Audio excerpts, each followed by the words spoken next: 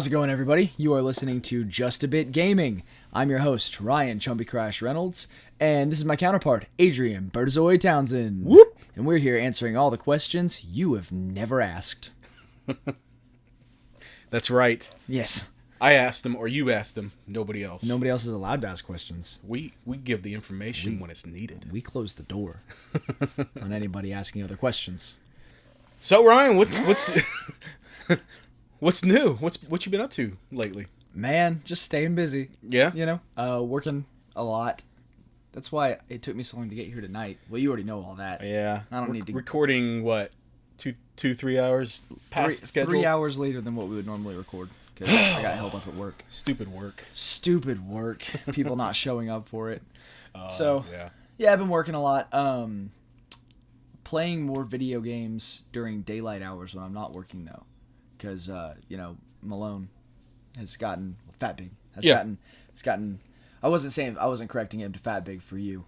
It's for the listeners. I don't want everybody to think I have a son named Malone and a son named Fat Big. It's the same person. The mighty Fat Big has really adopted an interest in gaming. Yeah. Do you remember a couple years ago when I had you work on that old Wii? Mm-hmm. We got that back out this week, and I started going through the games, and somehow I managed to not know that there was a copy of Super Mario Galaxy in there.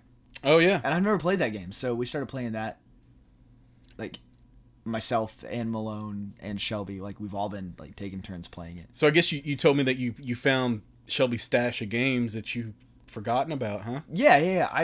I'd completely forgotten that she had them, and Mario Galaxy was in there, and I was stoked. So you've never even experimented with this game before? No, I'd never even turned it on. Oh, wow. I didn't know we had it.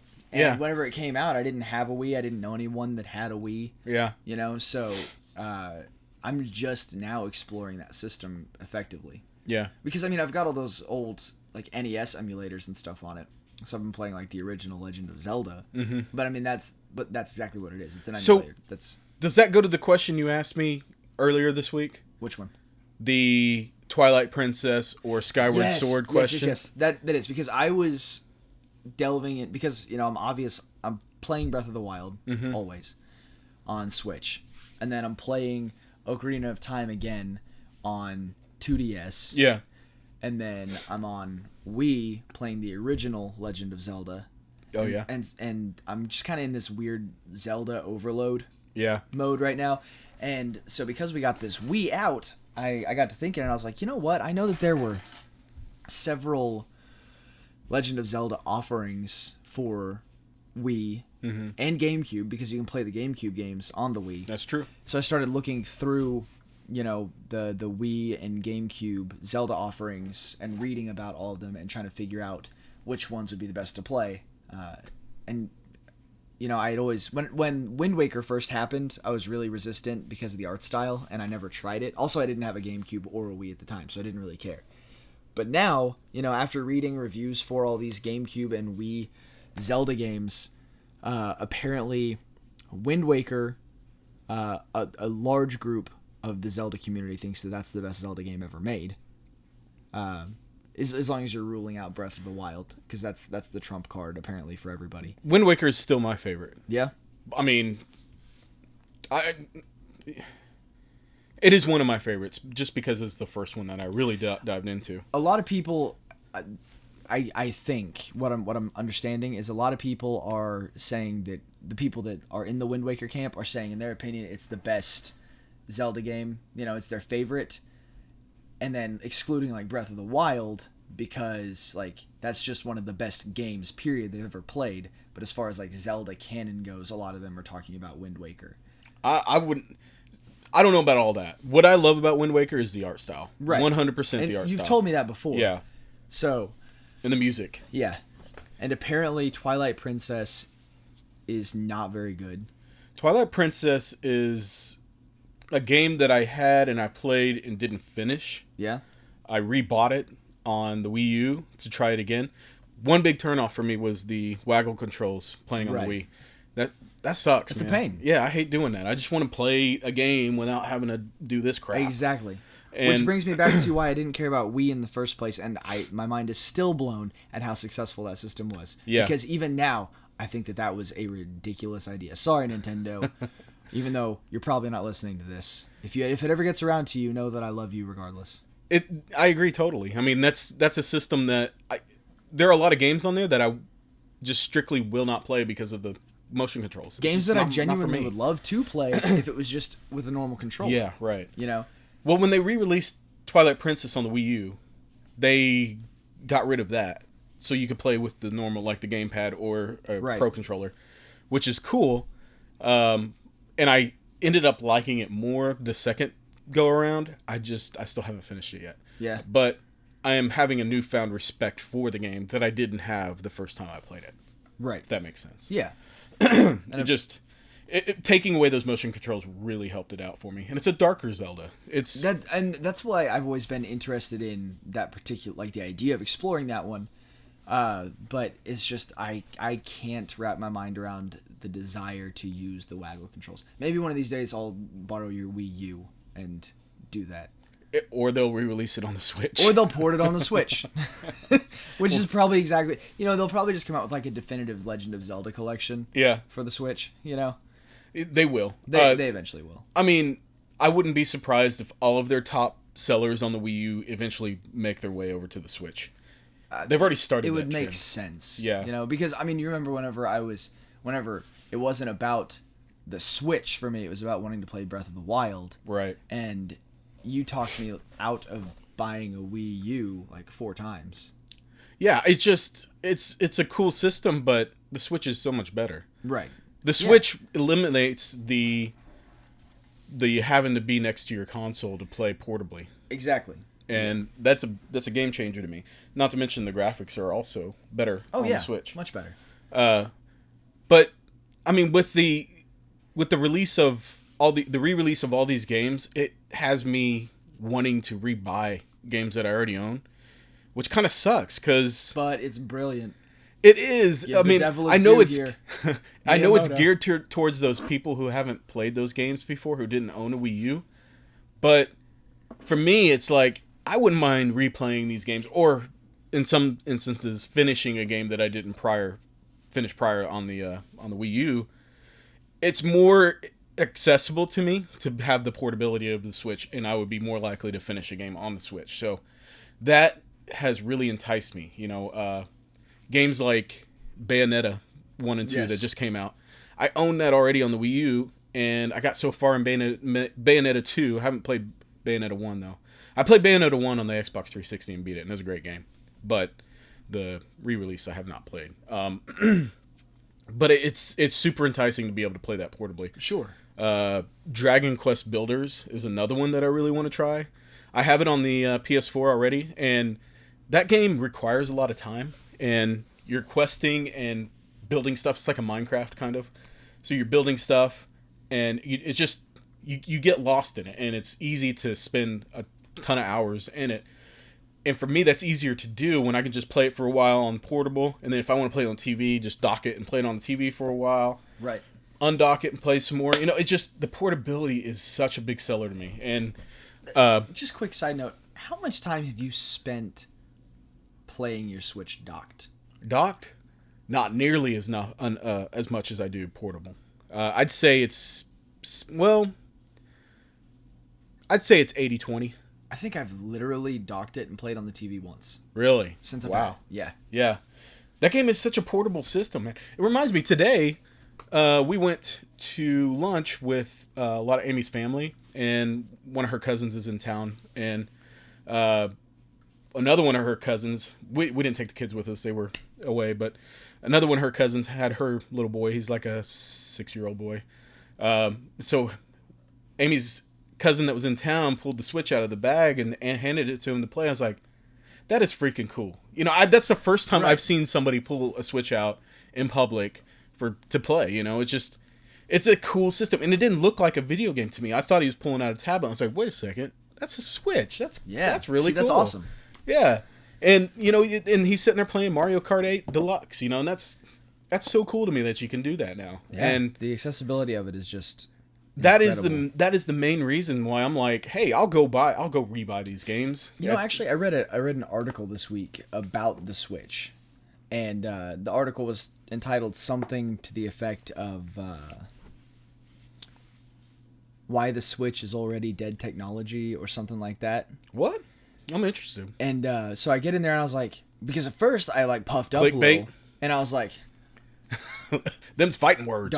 Don't you say that about my baby Switch. You know, I turned into a little bit of a mama bear for a minute about it, right?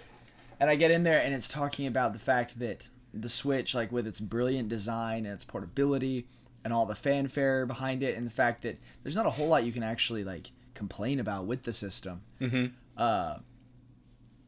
That if you compare it to like the new like PS4 Pro and the Xbox One X, and you know all the high def fancy processing yada yada yada bullshit that's everywhere, that graphically and as far as the power goes, like all of that, it's like technologically speaking, it's an inferior system to all this other stuff, and that may be the brilliance of it, because it hasn't set this benchmark for being the biggest, flashiest, you know, like big blockbuster on the market. It's just a really cool portable system with really great strong titles and a fan base behind it that's largely unparalleled.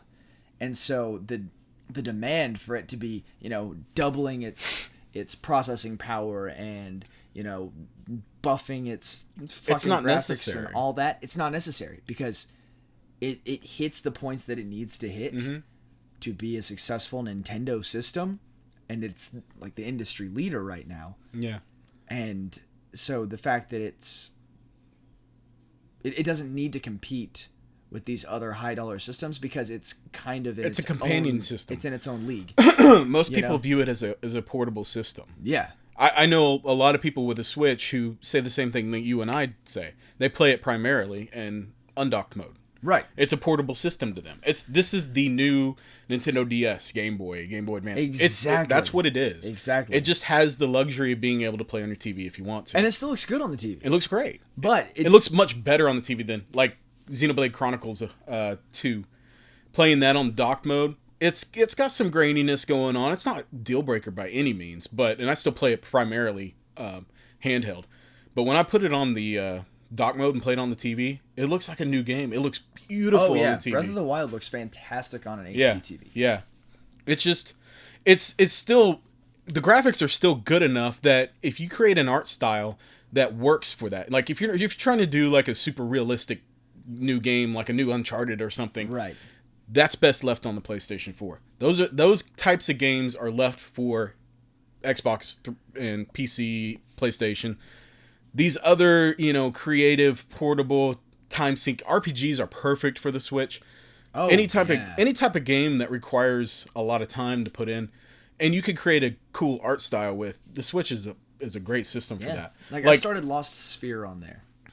I haven't played that one. How was that? I didn't get into it a whole lot, but it's, you know, kind of a top down, you know, Neo dungeon crawler type RPG.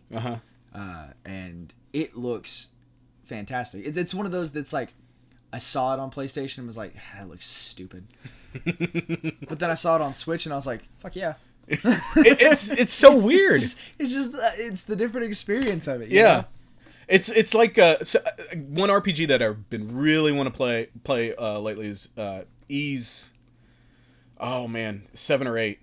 Now I haven't played all the games in the series, so I don't remember the number, but it's the newest Ys game. Yeah. And they released it on PlayStation 4, and it got really great reviews by a lot of people. And so I've been wanting to play it. I was waiting for a price break, which has still never happened. That game came out last summer. And they just announced that they're going to release it on the Switch this summer. I was like, oh, well, I guess I'm not buying it yet. I'm going to wait. Even if it does go on sale, I'm not going to buy it. I'm going to wait till it comes out on Switch and pay full price. That game is ideal for playing on the Switch for me. I swear to God, now that I have Skyrim on Switch, I'm never buying the game again. I don't care where it comes out or how it comes out. Even if you get a VR system? No, I won't do it. You won't do it? Well, I'll never own a VR system. Okay. I can't enjoy it. Oh, that's right. Yeah, it doesn't do it for you. I got this fucky eyeball. Yeah, that's right. Not working for me, I'll tell you that much right now. So I guess I don't think I've ever closed one eye playing VR, but it doesn't work. I close one eye playing video games all the time anyway. Yeah, VR requires both eyes to create that 3D. Yeah. Yeah, and sometimes when my shit goes haywire, I'm looking in some other dimension. Yeah. We've discussed this. We talked about that. Going back to the Wii situation, you also asked me about Skyward Sword. Yes, that was the next one I was gonna, because a big comparison I kept catching was the comparison between Twilight Princess and Skyward Sword. Right. Because you had Wind Waker that a lot of people were like, fucking, I don't like Cartoon Link. And then they play it and they're like, yeah, I love Cartoon Link. He's the best Link. And then you had a bunch of people that whenever Twilight Princess came out, they like rejoiced at the return of the realistic kind of animation with Link and all that, harkening back to the Ocarina of Time and Majora's Mask ideals as far as style goes. And then Skyward Sword seems to be, for the most part, that kind of realistic type art style, but with like a more colorful palette. Right. A more cartoony approach to that realistic style that, at least stylistically speaking, I know that a lot of people really, really loved Skyward Sword. Skyward Sword looks beautiful to me. For the art direction. Yeah. But I've also read a lot of stuff that it was like pretty close to a perfect Legend of Zelda game for what it was. At the time, it got really great reviews, and I remember that. And I remember wanting to play it, and I remember renting it. And I own the game now. I haven't gone back to it since, but going and playing it originally, you had to hold your Wiimote up into the air to charge your sword and then swing it around like this. It was more waggle than Twilight Princess was, because it had the Wii Motion Plus sensor, so it detected where your Wii remote was versus just waggling it. So it had more motion control than I wanted to do, and so I was done with it. And that's one that I wish they would re-release. I would totally give that game another shot. I'm telling you. I'm putting my bet down that by the end of 2018, like the Zelda ports for Switch will at least be announced. It only makes sense. Breath of the Wild did so good, and it's going to take them years to make another Breath of the Wild. So in the meantime, what are they going to do? What can they do? They can re-release all these older Zeldas that probably a lot of people haven't played yet. Yeah. They already bought their system to play Breath of the Wild. Give them more Zelda, and that's the way to do it. Re-release some of these classics that haven't been experienced yet.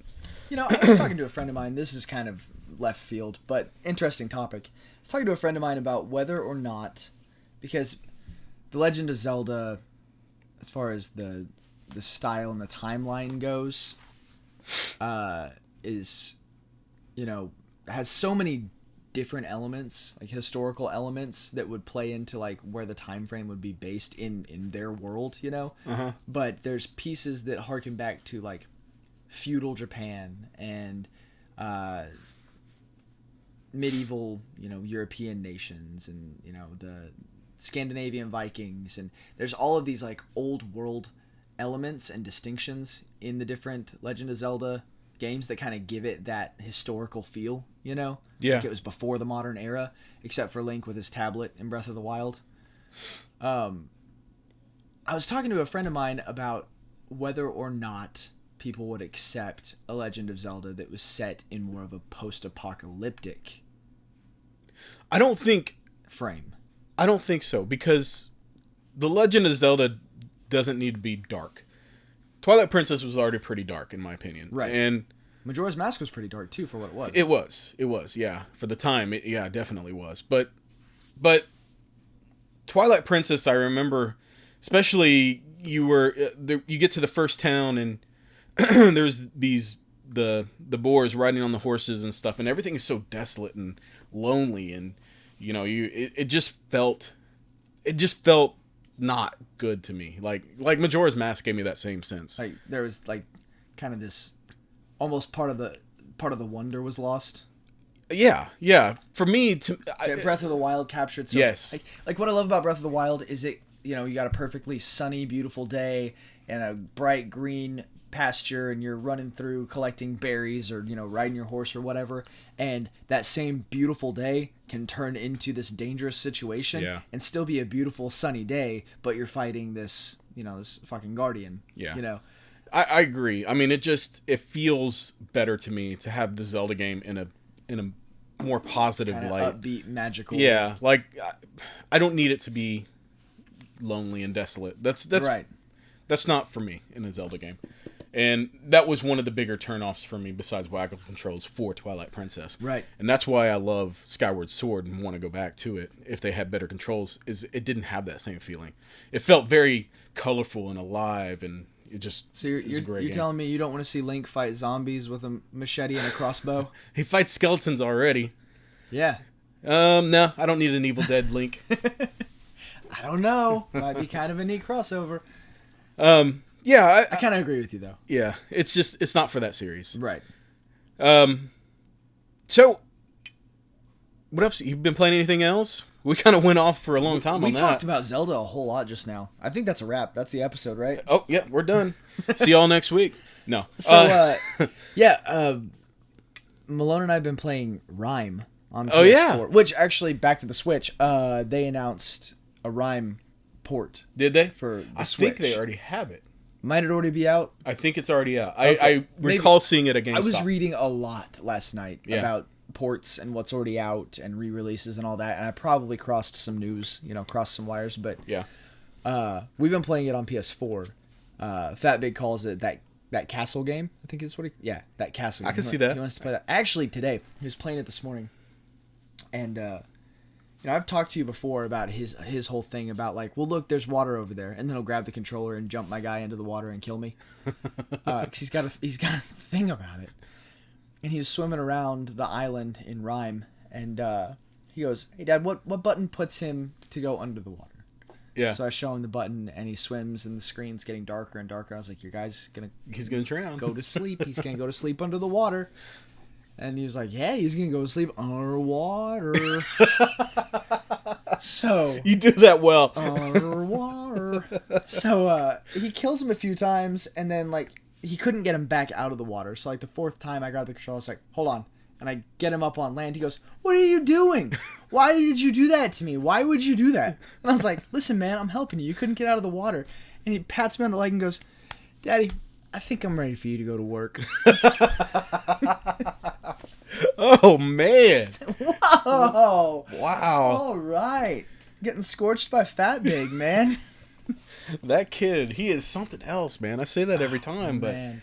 he's really got a mind of his own. He acts older than he is. Oh, yeah. Or he wants to be older than he is. He wants to be a big boy, man. Yeah. A lot of people think he is older than he is. Yeah. I have the same problem with Owen, but not to that extent. Man. Not him telling me, "I think it's time to go to work." I think I'm ready for you to go to work, Daddy.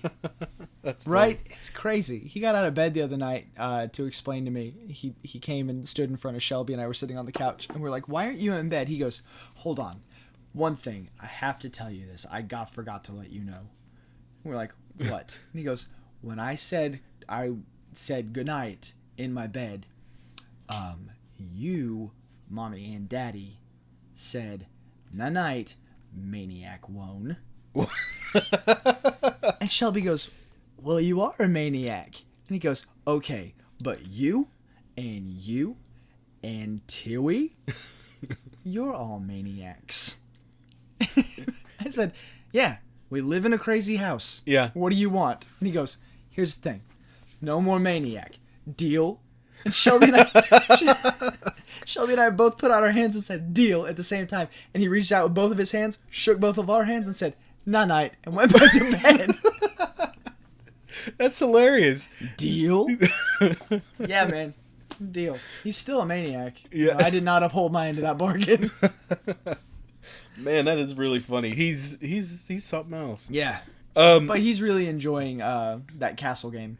That castle game is awesome. Yes. This is a game that was not on my radar whatsoever, but Oddly enough, it was on mine. Okay, honestly, I hadn't really much heard about it. I saw the cover art at somewhere. And the cover art is nice. Yeah, I saw the cover art and was intrigued and read about it and watched some videos and was like, you know what? One of these days, like when it goes down in price, you know, that's probably one that I would pick up for $10 or $15 given the opportunity. Because I wanted to buy it when it first came out and it was like $46 or something like that. Right. But I wasn't, you know, I never buy games full price. So. Nor do I. Yeah, well, occasionally I do. So, when it popped up on I found out last month that it was going to be the free download for this month on the PlayStation Network along with Knack. And I was like, all right, man, I'm going to download it. So we did. What I like everything about it so far. What I like a lot about it is that the controls are so simple. Mm-hmm. You know, there's like run, jump, swim, activate. You know? And yell. Yeah, there's yell. And there's little things you can do, but there's no like clear set objective like pushing you in one direction, and there's no, at least early in the game, there's no like imminent danger that you've got to worry about or anything like that. And so like when Fat Big grabs a controller and sits down and wants to play this game, he can just run around and explore this island and have a good time doing that. Yeah. You know? And whenever he drowns his guy repeatedly, I just don't get it. I'm at a loss with that one. He doesn't realize that he's, you know, repeatedly killing this little cartoon man. You know, to him, he's just like the screen's turning going underwater and the screen turns dark and he starts it over. You know, like there's not that gory like element of death that he's got to try to wrap his mind around or anything. So I mean, I'm cool with him just exploring this island. Whenever you die in that game per se, you're not really dying. They just immediately take you to a safe spot and you're back into it again. Exactly. Which kind of harkens back to some of the more like, I guess, innocent feelings of like old school adventure games of that type. Right. You know? Right. You know, where dying, you know, your guy didn't curl up in a ball and writhe around in a pool of his blood and then go, would you like to restart? Go to most recent save point. Here it's like, whoop, you fucked up. Let's go. Let's do it again. Let's go again. It reminds me of like Super Meat Boy. Like Super Meat Boy, when you play and you die and it puts you right back immediately. Yeah. I don't recall there being like hardly any load time. And when you die, it's just you immediately restart. Yeah. At your last checkpoint, their checkpoints are very generous in that game, and I like it for that. But the game overall, I mean, I popped it in, or it's a PlayStation Plus game this month. It's the free PlayStation Plus, which is why I downloaded it and even tried it. And from the moment I started playing it, I was really intrigued and into it and totally enjoying what was going on. There is a story there. I can't make any sense of it, but there's a story there. We'll get there. We'll figure it out. Yeah. It's one of those that you figure it out as you go. Your main character doesn't really talk. He yells. You push a button to make him yell. Ah! Ah! Yeah. Ah! And his yelling activates these blue, shiny things that... They're foxes, right? There's a fox that you're trying to follow. The fox is leading you on your journey, more or less. Ah.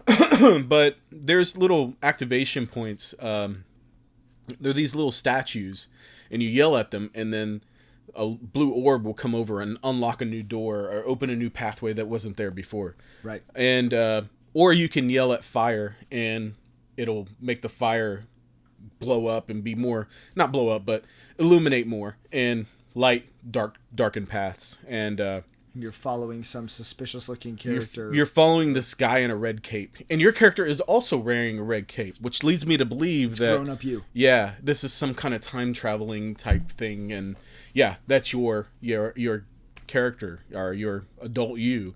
You ever heard the phrase, like, it had no rhyme or reason? Yes. Or making reason out of rhyme? Yeah. I wonder if that phrase has anything to do I don't know, that's a good point. With the direction of the game, trying to make reason out of rhyme. Right, because... the game, basically, there's no tutorial. And I love games like this, to be completely honest with you. They just throw you into this world, and you are left to figure out what it is you're supposed to do. And luckily, they make it easy. It's a puzzle game. It's hey, you know, let's walk around and figure out where we're going to go. And the pathways, it's an open world, but the pathways are pretty clearly marked, I'd say. Like, you look off into the distance and you see a tower over here and a tower over here and a tower over here, and you know, hey, I got to go to all 3 of these towers at some point. So you just start by going to one, and it just leads you on. I have never gotten lost in the game. But on top of that,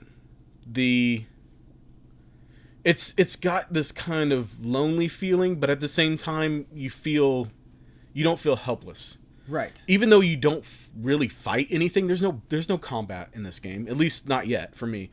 You're just going around figuring out where to go next and unlock the next door. It feels like Eco. Or yeah, you know what? It does kind of feel like that. It feels a lot like that to me. Or that other one that just came out from the Eco people. The Last Guardian. Giant catbird. Yeah. It feels like one of those games where you play as a kid that's... Except for those games gave me kind of that feeling of desolation. Yes, they do. You're right. Like, this games made me kind of sad. I could see that. Yeah. This one is more lighthearted, though. This one kind of does have that sense of wonderment and exploration to it, but there seems to be like a dark undercurrent that I have yet to discover. Have you made it past the first area yet? No. Okay, so I'm like 3 areas into this game. When I beat that area, it kind of made me think that maybe that was the end of the game. I was like, that's really short. No, it wasn't the end at all. You go into this next area, and there's this giant bird that swoops down and tries to pick you up. And I guess when you die is when the bird grabs you. So you have to hide under these protective, awnings and stuff to try to get away from him. And the whole purpose of that whole area is to try to get rid of these birds so you can progress. That area is really cool. It to that. The second area to me was really fun. And there's a lot of swimming, underwater levels in that. And the game is just freaking beautiful. It's so pretty. So colorful. And the art style, I'm a sucker for art style. I say this every time. Yeah. This game absolutely has drawn me in because of the art style. Absolutely. The red cape on the back, everything is kind of got a blue tone to it. Yeah, like, or a green tone. I mean, you're on a beach with like white sand and these white ruins. And it's like a cell shaded type of game. Yes, which I just fucking love. Yeah, I love that style. But it's a cell shaded but it's got a lot of detail. Who's the studio that made it? I don't know, to be honest with you. It's one of those games that when you start it up, it flashes like 6 different logos in front of you. So it's like an indie co-op, obviously. I think there's a big studio behind it. I'm just not sure which one. I'm Googling it. Okay. But there was... It got a 9 of 10 on Steam. Oh, really? But it only got 63% on Metacritic. That's odd. I know. I don't find anything to not like about this game. Like, as I was playing it, I was trying to figure out, what don't I like? Like, the controls aren't broken. Nothing feels broken to me. I haven't had any issues where I'm getting stuck or anything like that, glitching out. It just works, and I never feel like I am lost. The puzzles start off really easy, and then they get a little bit harder, and I'm to the point now where I just finished a puzzle that was a little bit complicated, but it wasn't horrible, and I didn't have any issues making my way through any of the puzzles. And I like that they make me think, but they don't frustrate me. So they're not overly complicated. They also, it has a lot of Unchartedness to it too. Yes. A lot of climbing and what's funny to me also that you've got to figure it out yourself. You got to figure out where to go, but they clearly mark the areas that you can climb with ledges that have like this white stuff kind of falling off of it. Have you noticed that? Yeah, I think it's supposed to look like sand gathered on the lid. It looks like bird shit to me. It looks like birds were just sitting there. Maybe it is bird shit. Wouldn't that make your grip less though? You just slip right off of it. If it's dried, it's dried up and gives you that gritty. Yeah, it might be kind of gritty. Yeah, as I was playing that, I was like, oh, okay. So every time I see these white, drippy ledges, I know I can grab onto it, and I can't help but think I'm grabbing onto bird shit every single time.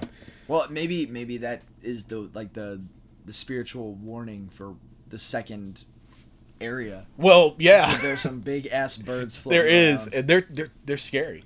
I was playing it with 2 of my kids were watching me play it, and they were actually scared of the bird. So I'm wondering how Malone's going to take to that. I may just keep him in the first area. Well, I want to see what he thinks. It's not really scary, but if he doesn't run underneath these awnings in time, it's the same thing with when you go underwater and the screen kind of gets dark. Well, the screen kind of has these little blurs that come in from the edge, and if it gets all the way in, that's when the bird will swoop down and grab you. Oh, it's like the Shadow Temple in Ocarina of Time, with the ceiling hands, whatever they were called. Yeah. Yeah. And grab you if you stand still too long. Yeah, same type of deal. Those scared the shit out of me when I was a kid. Well, then it might scare him then, because the bird does swoop down and grab you, and then you just restart, and it's fine. But your exploration is severely cut off because of that. But after you get rid of the bird, then it's you can easier go back and explore the area. Yeah, that's the best area of the game, though. Did you ever play Deadlight? Yes. Same company. Oh, okay. Tequila okay, Works. That makes sense. Yeah. Deadlight was actually really cool. I didn't know that. That's good to know, because it does have some of the similar feeling. They also produced the Sexy Brutale. Yeah. And the Invisible Hours. I've heard of the Sexy Brutale, but not Invisible Hours.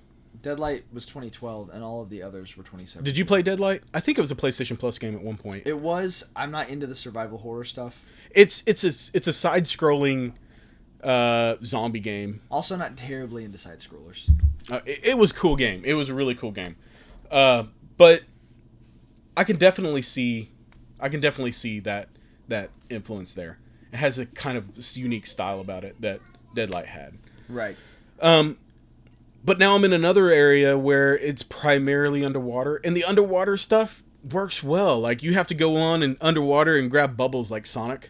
You know, they have these big bubbles underwater that are growing off of these plants, and every time I hit one, I want to hear the whoop whoop. It doesn't make any noise. Someone's gonna mod that in. Whoop whoop. Whoop, whoop. Once it's on Switch, like someone on Switch is gonna mod that. Someone on Switch just needs to do a Sonic mod. Yeah. On it, where you're Sonic exploring the island and collecting rings and stuff. Yeah. It's so cool, man. I'm really enjoying the game. The music is incredible. And then you can just follow Tails through your adventure. Tails could be the fox. You're right. What did you think of the music? Like, the music so really sets the tone. It really does a good job. I mean, honestly, like, we've been talking about this game for a minute now, and for a free download, which, I mean, I say free download, it's such a new game to already be a free download. That's kind of crazy. But maybe it didn't get the exposure that it, I would have never given this game a chance had it not been free. Exactly. I would have. I'm just stoked that it was free. I'm very excited to go through and, actually play through it.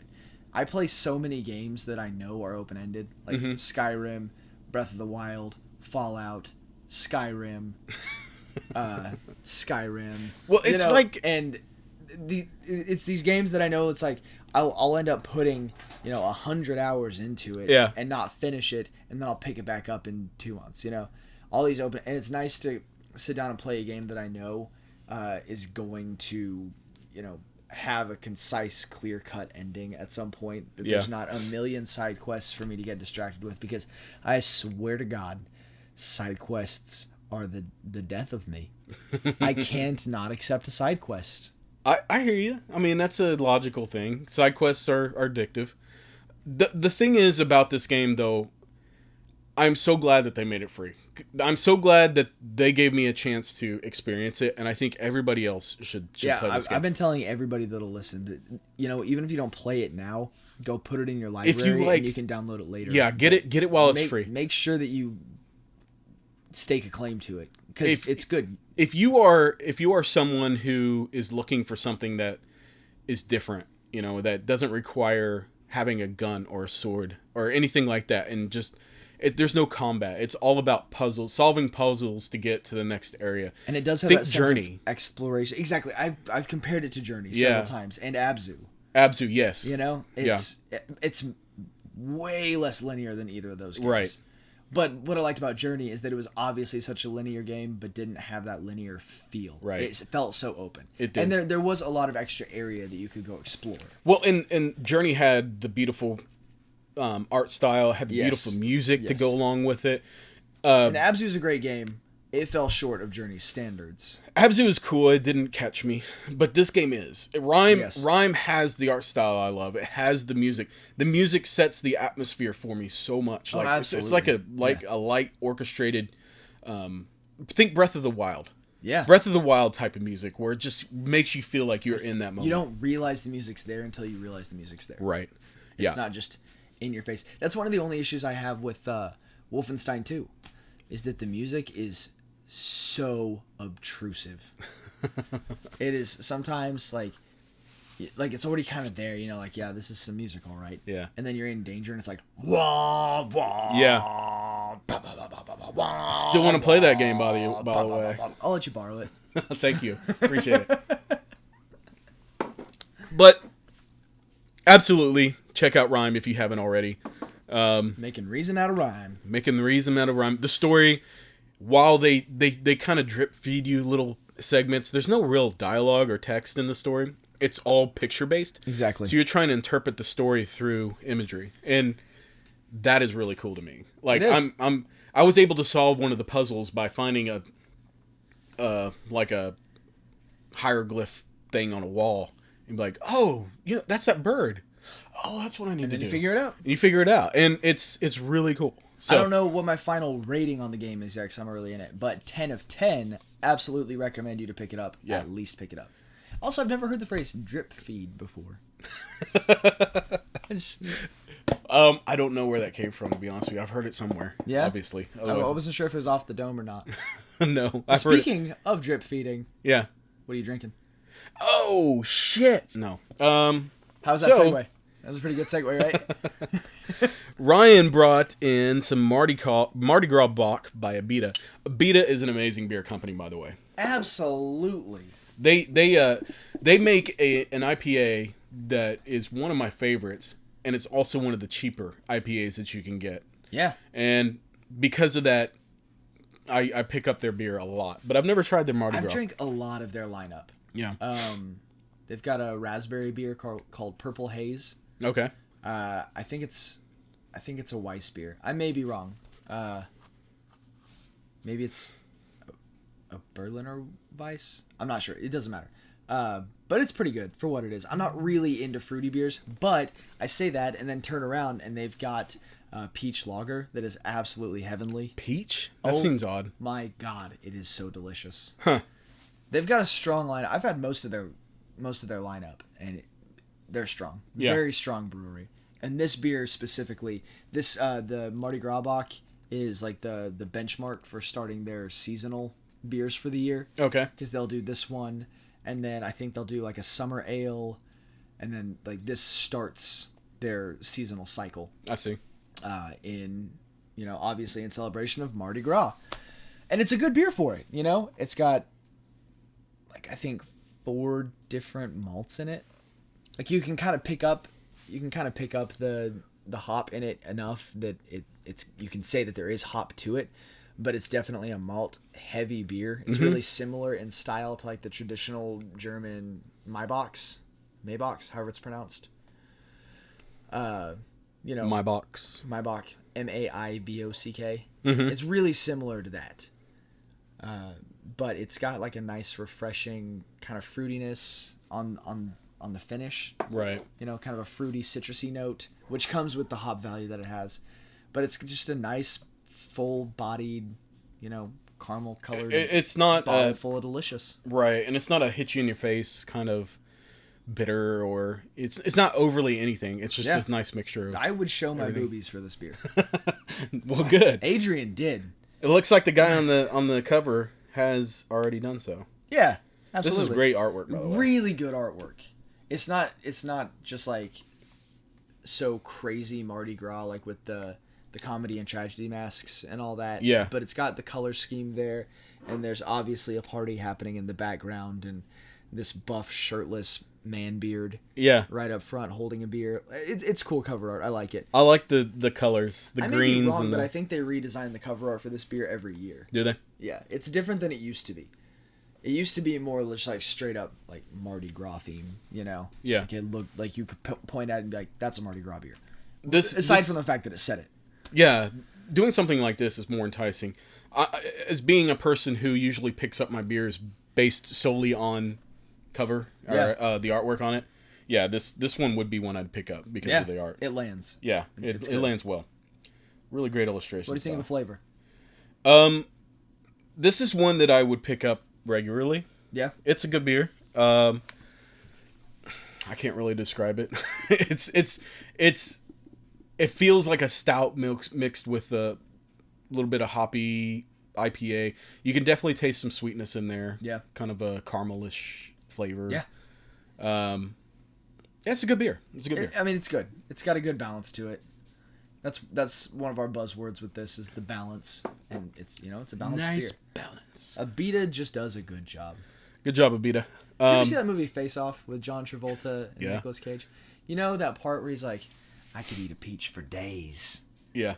So every time someone orders a Abita peach at work, I'm like, I'd Abita peach for days. And nobody has gotten it yet. I've probably done this 150 times. I mean, it's a joke. I obviously need to hang up at this point. I wouldn't have caught the reference.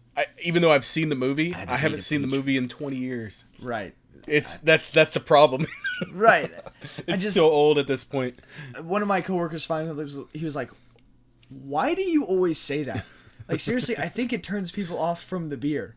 And I'm like, no, it's a movie reference, Face Off. And he's like, oh shit, I could eat a peach for days. And I'm like, see, you can get it that quickly whenever I say it, but it doesn't make sense otherwise. I don't know. You could do the Millions of Peaches song, that old 90s song. Remember that one? I don't even remember that song. Millions of peaches, peaches for me. Really? Oh, yeah. What a terrible song. It was a terrible song. So I needed the world to know about my failed Face Off reference before I retire it for good. Yeah, well, thanks for making us clued in. I'd Abita peach for days. He doesn't even have that accent in the movie, I don't think. It's been a minute, but I'm pretty sure he doesn't. Yeah. I wanted to give you an update on my arcade machine that I talked about last week. I don't care. Well, for the listeners out there and the viewers right there, I want to tell you a little bit more about my arcade machine. And Ryan's going to go home now while I talk. Hey, actually, real quick, before you get going on the arcade machine. What's up? Do you mind telling me a little bit about where you're at with your arcade machine? Well, it's funny you asked. I was just getting ready to talk about that. Oh, excellent. I care a lot. So, my arcade machine, when I talked about it last week, I got it from my wife's cousin. And it was basically the casing, the cabinet. Yeah. And it had the board and it had the lights. It had everything in there that it needed. It just didn't have a monitor. And you were going to put extra buttons in it. And I was going to put extra buttons in it. And I was going to modify it and turn it into a Raspberry Pi machine. And instead, you changed your mind and put a digital picture frame in place of a screen with nothing but scrolling pictures of me. No, I didn't. I'm sorry, man. Was I supposed to do that? I half expected it, but I'll survive. What I did was I went in. What's awesome is the control panel for this thing is made out of sheet metal, basically rolled sheet metal. Oh yeah. So I had to go get a new drill bit that I didn't have that can drill an 1 1/8 size hole into metal. That was kind of a challenge, but I did find a good bit that worked and drilled 3 more holes on each side. Did you get a whole new drill? No. Oh, just a bit? Just...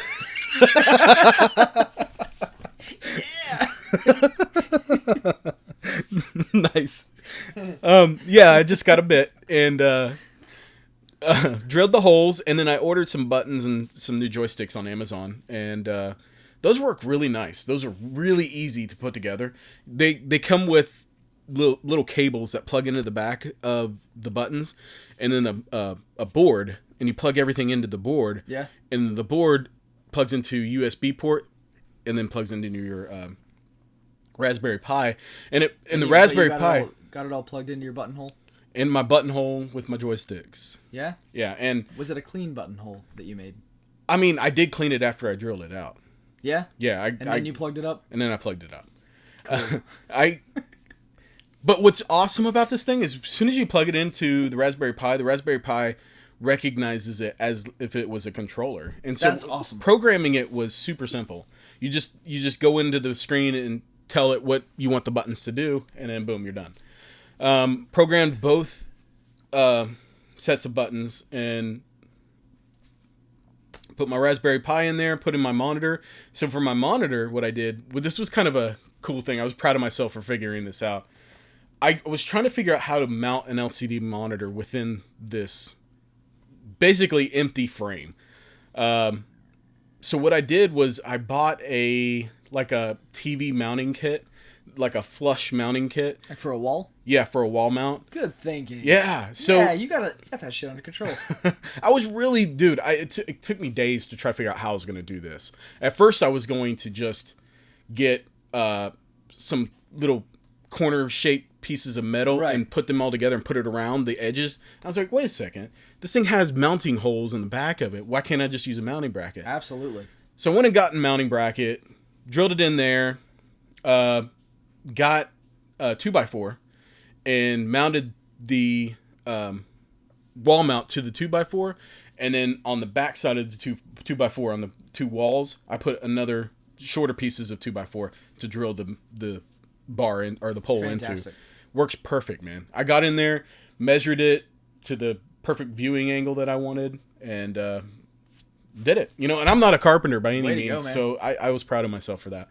Then I ordered some LED light strips from Amazon, put those into the marquee area, pulled out the old lighting that was in there. It was an old fluorescent bulb. It was it was so cool to just look at all this old stuff that was in there.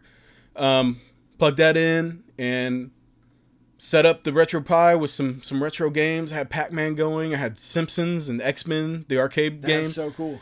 I had the Owen and Libby in there playing with me, and we were just taking turns or playing 2-player on like Simpsons. And dude, it was so cool. I was having a blast with it. They were having so much fun with it. It was really just kind of nostalgic to me to sit there and watch my kids playing on this arcade machine. And it's incredible.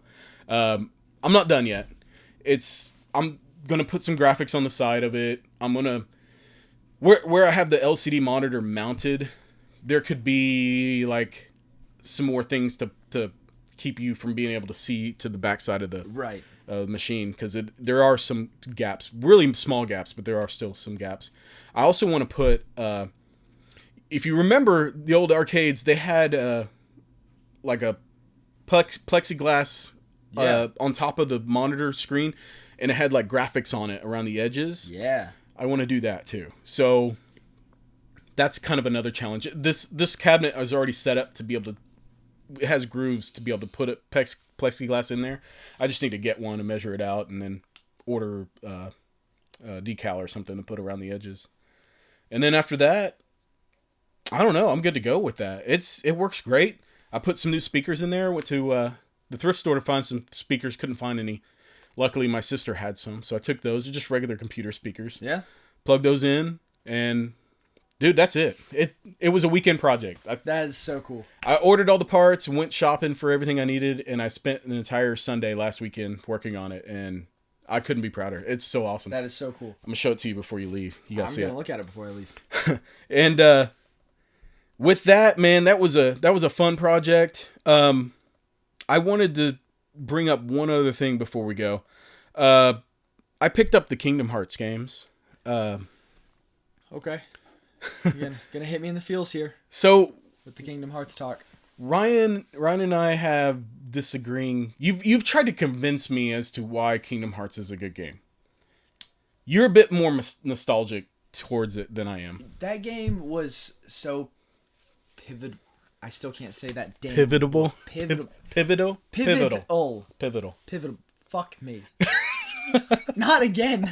This word is cursed. Pivotal. Yes. It was so pivotal. So pivotal.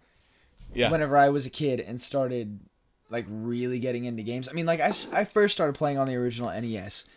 Original Zelda, Contra, stuff like that will always be nostalgic for me. Right. On Sega, Double Dragon will always be so nostalgic for me. But, you know, aside from N64, because that was the first system I ever really wanted, that I knew, like, I want that. Mm-hmm. And Ocarina of Time and Majora's Mask will always be so nostalgic for me. But as a kid and a teenager, you know, I went and got my PS2 and I picked out Kingdom Hearts and I went about it differently than all those games I played as a kid. So it has like a different type of nostalgia for me. It was a very formative game for where I ended up in the type of games that I enjoy. So that's why it was so pivotal. I had to throw it in one more time to see if I could say it. You did it. And I did it. I can definitely see that. I mean, you're a bit younger than me, so it came out at a time when, for me, that game was Final Fantasy VII and Resident Evil. Yes. I had two of those games that did that for me. Because everybody loves the classics. Everybody loves Legend of Zelda. Yeah. All that. But then everyone has their own little, like, specific ones outside of, like, the regular mainstream everybody loves them games. That's like, that was my fucking shit. Well, and those are the games was Kingdom Hearts for me. That was Final Fantasy and like Mega Man for you. And like you said, those games are the ones that shape what you like and what you try to seek out going forward. Right. Look with at my your game gaming taste now, with the mindset that Kingdom Hearts is and Legend of Zelda is kind of what started it all for me. Mm-hmm. You know, it makes complete sense. It's a natural progression that I ended up with the games I ended up with. You know, because Kingdom Hearts was the first game I ever played. I mean, like, Ocarina of Time and Majora's Mask kind of had, like, you know, relatively open worlds that you could explore. But with Kingdom Hearts, where you get in and you've got to, you know, collect your powers and build your team and build your stats, and it had that RPG quality to it. And then you build your ship and you're blasting around space and interdimensional garbage, you know, to exploring new lands, exploring new worlds. And it was a very linear game in level design. You know, but you weren't just, you know, sequestered to, you know, a single level or a single dungeon at a time. You could get halfway through a level and be like, oh shit, this would be a lot easier if I went back to Traverse Town and picked up this yada yada yada from Mr. Who the Fuck in that shop and then pop over and talk to Winnie the Pooh in 100 Acre Wood. I forgot about that. And buff this particular Keyblade and then run over to, you know, Olympus. Yeah. The arena and what's the word I'm looking for? Not Olympus Arena. I know Hades. No, in Rome, the Colosseum. The Colosseum. Go back to the Colosseum and talk to Phil about battling Hercules to get this thing to put on this thing, and then go back and do this level. You know, it was the first game that I'd ever had to play that, like, I had to, like, wrap my mind around the fact that I could go all these different reaches. No, that makes complete sense. Put all my shit together and do it better. Yeah. Instead of just A, B, C, fight the boss, go to the next right. one. Yeah. That makes complete sense. Very important. That's the first time I've been able to explain it to you this way. Yeah. But it's a very important game to me. Yeah. Well, I mean, when we were talking about it previously, that game didn't have that same effect on me. But how you're explaining it to me makes sense because Final Fantasy did that for me. Final Fantasy VII did that for me. And the sense of exploration and wanting to build your team and, you know, go out and find those ultra powerful weapons to make this next boss easier. You know, you just wanted, it was cool to have that freedom to be able to do that. The storyline was convoluted and confusing, but it was still fun and I still enjoyed it. I enjoyed the characters. And as far as the Kingdom Hearts storyline goes, honestly, I've got a soft spot in my heart for I remember you trying to explain to me a few years ago the storyline of Kingdom Hearts, because it totally went over my head when I played it. The dichotomy of the light and the dark and the good versus evil, and there is this just black and white, you know, you're a good guy or a bad guy, and then there's these shadow beings and that are aptly called heartless. And then as you play through it, you realize that everybody has that heartless in them, everybody has that darkness in them, and it's just a matter of, you know, not letting that override the light in you, and that, you know, the light is the heart. And I mean, it's all very poetic, and that game had such an effect on me that it went into the music I wrote. Really? Growing up, it went into my own art style and the themes that I experimented with artistically. That's interesting. I didn't know that. When I was a college student studying theater and I was writing scripts, even then, Kingdom Hearts and the themes in Kingdom Hearts played a big role in the type of stuff that I would write. Huh. That game I could absolutely see that, man. Hugely. That's really cool. I can't say it enough. I mean, it's the same for me as a graphic designer. I mean, I still reference a lot of the old games that I played that were super influential on me. I could definitely see that. But with that being said, when I played Kingdom Hearts for the first time, the big selling factor for me was not the Disney thing. The Disney thing was like, whatever. I wasn't into Disney. But they had Final Fantasy characters, and I'm a Final Fantasy nut, and I had to see Cloud again, you know? Before Kingdom Hearts, the only other time I'd seen Cloud was in, like, Final Fantasy Tactics. And you gotta say, Kingdom Hearts' version of Cloud is badass. I don't like him. Oh, come on. No, I don't like him. He was not the same Cloud that I remembered. He had freaking bandages wrapped around his damn Buster Sword, man. That was stupid. I don't get it. It was just... It was the aesthetic. It was the aesthetic of the game. That character designer, and I don't remember his name, that was his thing, to put zippers and bandages all over everything. And I think it's not a style that clicks with me. Okay, let's be honest. If you are an intergalactic swordsman battling the forces of good and evil, you bet your ass you're going to put band-aids on your sword. Why? Because it gets hurt too, asshole. It just seems like it's counterintuitive. It made no sense. Yeah. I liked his spiky hand, though. He had a claw hand. Oh, yeah. I forgot about that. Yeah. That was cool. But that was Vincent's thing. Vincent had that. Cloud doesn't have that. They mixed a lot of character elements with the Final Fantasy stuff on Kingdom Hearts. Because it confused me with Final Fantasy continuity for years. Because I was like, wait a minute. I would be talking about, Leon and his fucking gun sword, and people are like, you mean Squall? You dumb dick. You mean Squall? And I'm like, no, I mean Leon from... Leon didn't have a gun blade. From Kingdom Hearts. And they're like, you rube. So it mixed a lot of characters and a lot of character elements. But that was also my first foray into the thought at all of Final Fantasy. Yeah.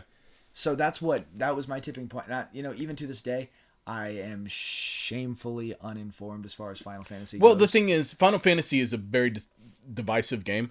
Either you like it or you don't. If you're not into the turn-based battle system that a lot of people consider to be outdated and not fun, which I still love. Which I've never been into. Yeah, you either love it or you hate it. Fun. So you would not like a Final Fantasy game because that's all it is. I mean, there's a storyline there. It is story, a little bit of exploration, and a whole lot of turn-based battles. Yeah, that's just not my jam. Yeah, and it's not a lot of people's jam, and I get it. I get the point of not liking that, but I love it. I've always loved it, and I seek out, like, my collection is mainly RPGs with turn-based battle systems. It's like I want to experience these games. That's your jam. It is my jam, and it's all because of Final Fantasy VII. And my set is mostly exploration based, hack and slash adventure types.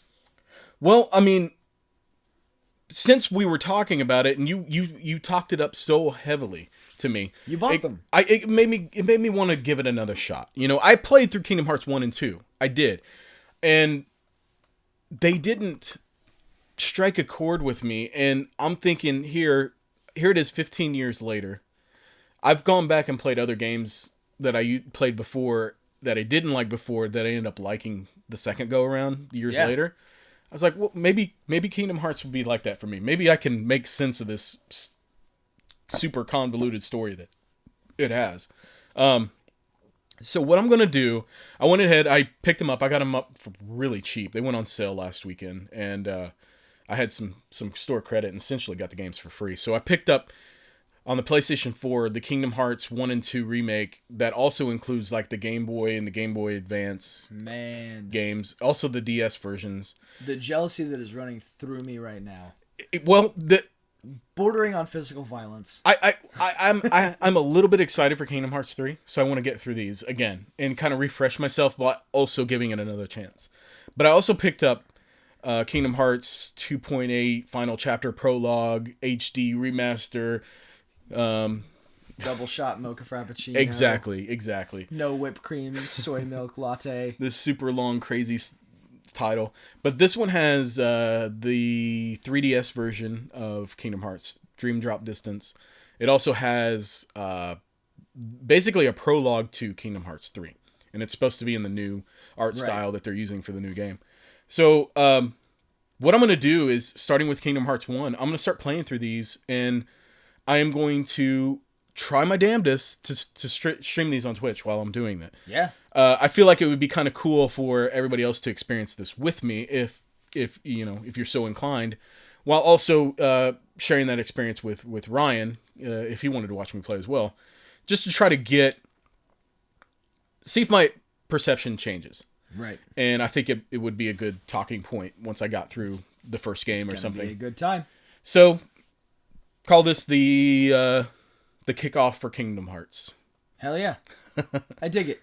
And that's all I got, man. I'm excited to be able to jump into that, and I'm excited for you to jump into it. I think Kingdom Hearts 1 and 2 were the last 2 games I played to completion. Really? When they came out on PS2. Yeah, it's been a while. I think those are the last 2 games I played and actually finished. Well, maybe you might get some nostalgic feels watching me play. Other than jealousy? Or jealousy. Just mad, rampant jealousy. Spade to spade here. It's still on sale. You still pick it up and play through it too. I'll just wait till you're done and I'll borrow it. Because I'm a bum. Ryan, where can people find us? Everywhere. Everywhere. How was I not expecting it tonight?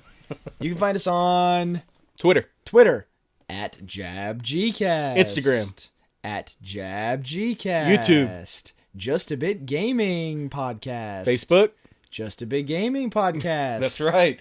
We are everywhere. Check us out. We're still keeping up with that Instagram. Not as often, but we get on there. When we get on there, we're hot and heavy on it, and we take a little bit of a break. But I'm hot and heavy whether I'm on there or not.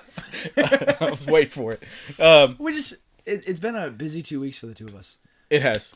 But yeah, catch us on there, and audio podcast listeners, check us out on YouTube. I put the video versions of the show up on YouTube as well. So, and also in just a quick little news bit, any of you guys that listen to satellite and streaming radio online, stuff like that. Internet radio.